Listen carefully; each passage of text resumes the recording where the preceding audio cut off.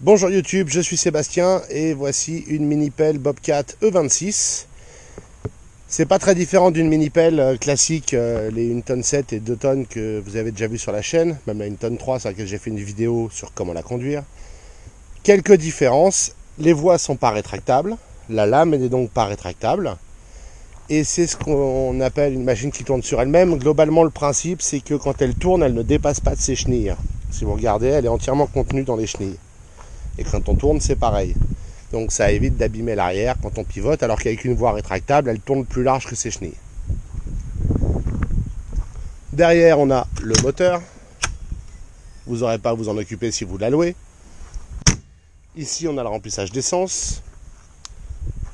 On ouvre, alors elle a une cabine, elles n'ont pas toutes forcément une cabine, mais celle-là a une cabine, ce qui est intéressant.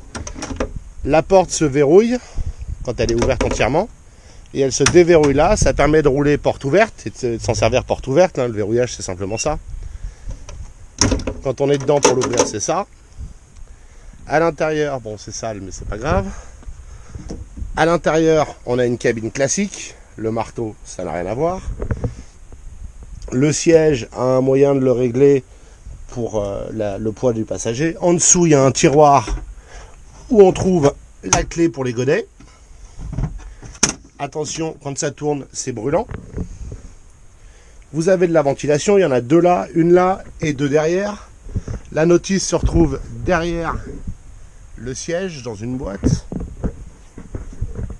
Il n'y a pas une place folle, mais il y a de la place. On a une fenêtre en haut pour voir en hauteur ce qu'on fait, et on a même des haut-parleurs si on avait de la musique, mais il n'y en a pas dans celle-là.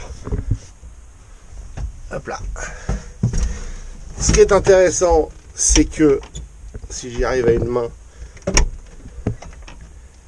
ça se présente pas bien. Si on peut ouvrir le pare-brise, ça se fait normalement à deux mains, et il va se verrouiller en haut, et l'essuie-glace reste retenu par cette petite patte. On peut ouvrir la fenêtre avant.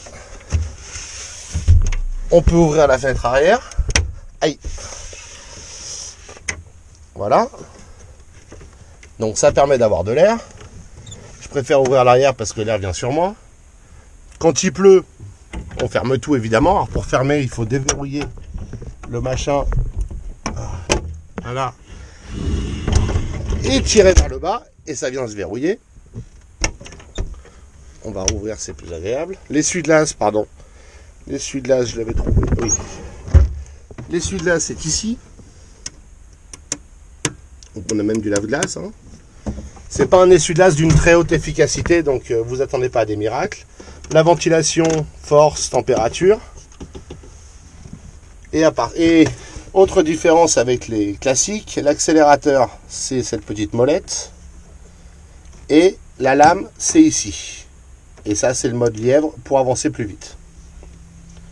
Ce qui est intéressant aussi, c'est que celle-ci, elle a l'auto-idle. Alors ça, je vais vous le montrer, dès que j'aurai mis la main sur la clé, que j'ai rangée pour pouvoir filmer, dont j'ai besoin pour pouvoir continuer à filmer.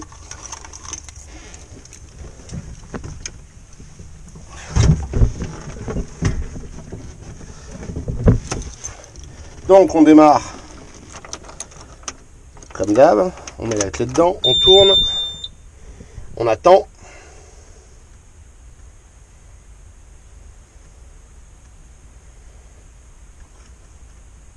On attend. Et on démarre. Vous voyez le régime moteur. Si j'accélère à fond, le régime moteur monte. Et si j'en fais rien, il redescend. Et si je bouge un truc, hop, le régime remonte comme il en a besoin ou là où je l'ai défini. Et si je relâche, il se passe une seconde et ça redescend. Donc vous n'avez pas besoin de jouer avec le régime en permanence, ça c'est assez pratique.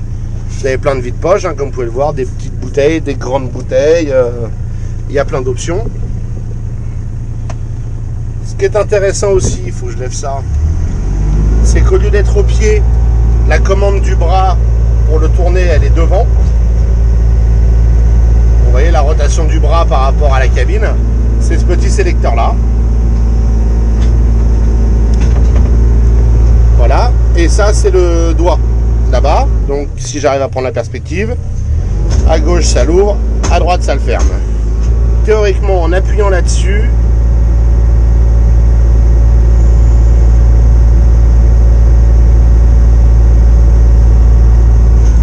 je sais pas comment, on devrait pouvoir augmenter la pression. On a la lumière là, hein. Voilà, il se remet en idle. Et pour fermer la porte, on baisse le petit levier rouge, on passe le bras, on tire sur la poignée et on la claque. Il faut bien la claquer. Et pour la rouvrir, on fait comme ça. Alors je l'ai utilisé sous la pluie, hein, l'essuie-glace il sert pas à grand chose. Et la porte, elle a la. Enfin, et tout devient embué, donc c'est pas terrible. Mais c'est une chouette mini pelle. Je sais pas à quel moment ça devient une pelleteuse et pas une mini pelle. On a des commandes au pied qui sont assez agréables, même si c'est pas toujours facile et que moi j'ai un peu de mal, vous voyez. Et là vous avez l'auto idle qui tout seul change le régime moteur quand j'ai besoin de rouler. Voilà. On va le laisser ralentir. Et voilà ce que je voulais vous dire sur cette pelle qui est donc une 2 tonnes 5, 6, 7, je sais jamais, c'est pas très clair sur le site de Bobcat, hein, c'est toutes les mêmes. Mais ça c'est une E26, ce qui est le bas de gamme du E27 d'après ce qu'on m'a dit. Elle peut néanmoins recevoir un marteau si besoin. Et elle a l'avantage d'avoir des godets plus grands que les mini pelles rétractables, puisque le godet fait plus d'1 mètre de large. Le godet de curage, le grand là-bas que vous voyez peut-être au loin.